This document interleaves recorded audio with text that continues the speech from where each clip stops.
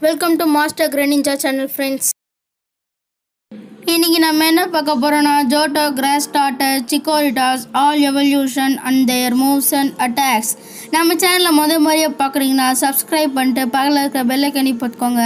வாங்க வீடியோக்குள்ள போலாம். Chikorita is a grass starter of Johto region. Chikorita is a grass type Pokemon. All attacks of Chikorita: Tackle, Razor Leaf, Wind Whip, Sweet Scent. Bayleaf is the second evolution of Chikorita. Bayleaf also a grass type Pokemon.